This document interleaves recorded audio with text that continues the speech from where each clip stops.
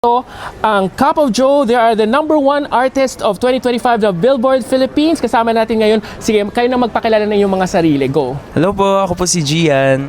Ako po si Rafa. I'm Gab. I'm CJ po. And I'm Sen. And you are Cup of Joe. We are Cup of Joe! Whoa! Okay, unang-una, kumusta kayo? And anong pakiramdam nyo na makapag-perform kayo for Singapore sa mga kababayan natin dito? Ayan po, sobrang excited po kami. First stop po namin to sa Southeast Asia, outside the Philippines. And excited na po kami makita yung fans and mga kababayan po namin dito. Kaya, yeah! What about the rest? Ayun, same din. Excited din na parang makapag-perform kami sa mga kababayan namin outside the Philippines. And we're very lucky kasi ayun, first stop namin to Singapore, to Southeast Asia. Wow. Yeah, Okay, very excited.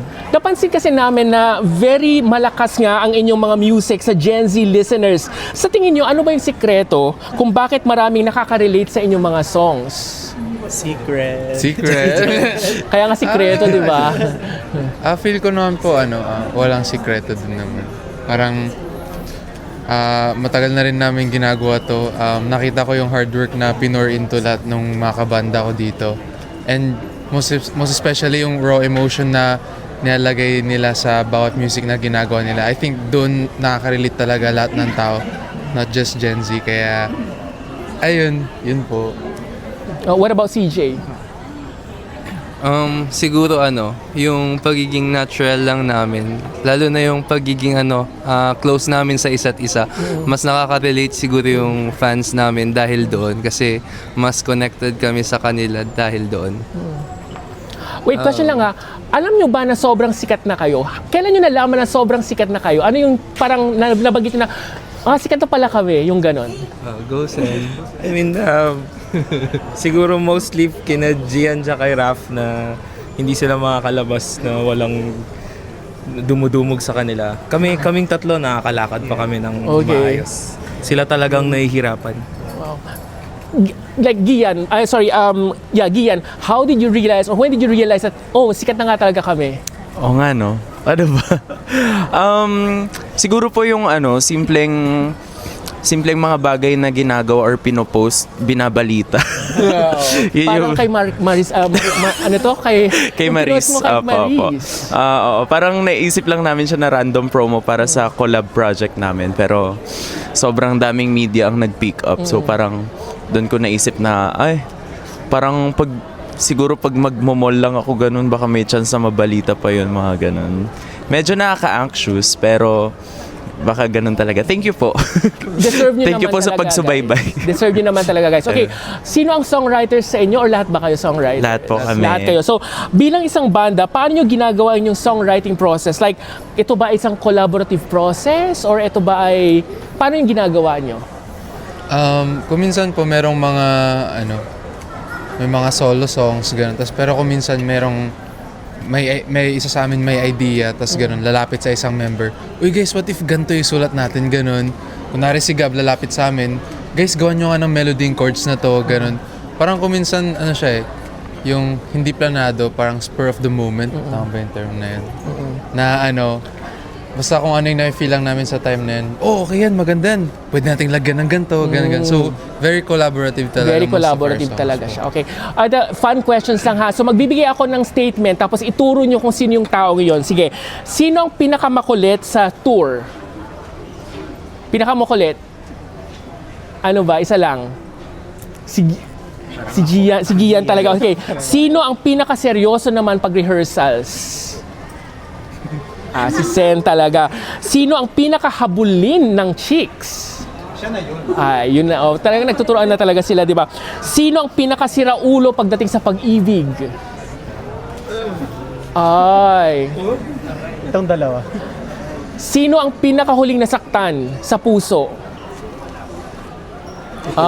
Okay. Sino ang pinakagalante? Pinakamayaman talaga. At sino naman ang pinakakuripot? Okay. Sige, ngayon na nandito kayo nga sa Singapore, nakasama nyo ang isa sa OPM icons na si Yeng Constantino. Ano ang pakiramdam na makipag-share ng inyong stage with the icon na si Yeng Constantino? Syempre po honored kami kasi isa po siya sa mga namin, inspiration namin growing up. Tsaka medyo kinakabahan din kasi ngayon lang namin siya ulit makakasama from From last year? yeah. Pero na. excited pa rin po kami. Syempre. And Sen, how do you feel nakasama natin ang inyong icon na Yeng Constantino? Siyempre, we have to be ready rin dahil siyeng na yun eh. Mahirap na, nakakahiya naman pag magkamali kami sa O, oras. diba? Yes. Okay, We're gonna ano, be rehearsing. okay, eto na lang. Ano yung pinagkaiba ng Stardust sa Pilipinas dito sa Singapore? Meron bang binago kayo? And of course, meron ba kayong special song for the Filipinos in this concert? Ano bang binago natin? Meron bang binago or same lang din yung siya? venue, first of all, yung venue. Siguro yung number of songs, ganun siguro. Like siguro isa na rin yun sa parang malaking binago namin is yung number of songs. Pero, ayun, parang wala naman in terms of yung sa energy, yung Ganun pa rin. Kung ano yung nakita nila sa namin. Pilipinas, yeah. nandun pa rin Actually, yung mas energy excited niya. pa kami kasi Bakit kayo mas excited? First time namin dito kaya siguro mas ganado kaming mag-perform. Wow, okay. Sino sa inyong pinaka-first time sa Singapore pala? First time. Oh, except si Gian. Third time mo na dito. Third time mo na. Ano, hindi na kita tatanungin dito. What are you looking forward sa Singapore na gagawin? Aside from concert, syempre. Are you looking forward for the food? Are you Food, looking ako, forward sa food. mga sceneries dito? Ako food. Kayo. Kanina pa ako nag-iisip ng posing ko sa Merlion eh. Merlion. Ako gusto kong matry mag-jog dito, tumakbo. Mag-jogging. Yes. Very good ang mag-jogging dito. I guess same kay Rafa. Kanina ko rin pa iniisip yung paano ba mag-post yung Sige, sa so kung ikaw ang Merlion. gagawa ng post ngayon sa Merlion, paano mo siya gagawin? Parang mali ah. O ikaw Raf, ikaw din oh. Hindi nag-iisip pa ako. Ako sige. po, wow. Hindi po kasi yung first 2 times ko dito, I went here to watch Taylor Swift and Olivia Rodrigo. And ayun, hindi ko akalain na yung third time ko dito, sariling concert na namin yung pupuntahan ko.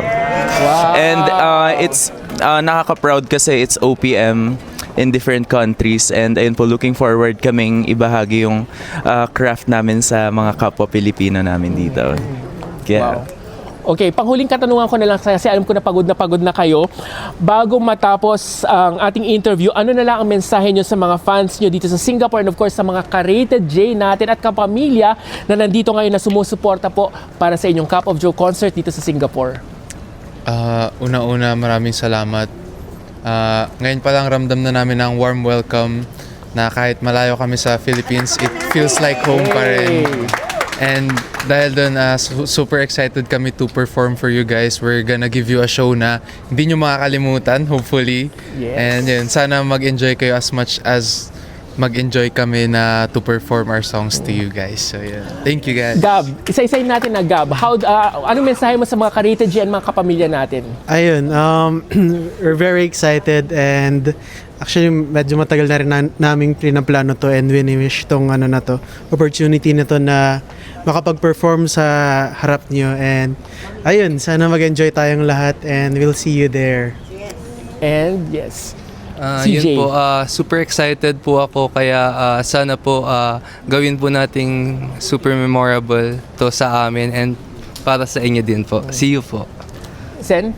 Yeah, I guess other than the Filipino fans, I'm excited for the Singaporean fans din.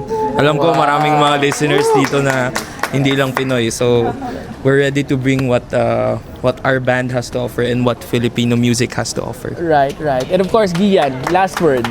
Ayun po, well, yung main goal lang naman po ng Stardust Concert Series is to let you in sa universe ng aming musika. Pero I guess yung kaibahan po dito ngayon sa Singapore, hindi lang namin kayo dadalhin sa universe namin, kundi itatry din namin dalhin yung Pilipinas sa inyo ngayon kasi alam namin na-miss nyo po ang ambience at kultura natin. Kaya ayun, sana mabigay po namin yung hinahanap nyo, which is pinaghandaan naman po namin. Kaya magkita-kita po tayo. Thank you Excited so na much. kami. Thank you so much. Thank you po. Thank you so much. Isa-isa ko kayo.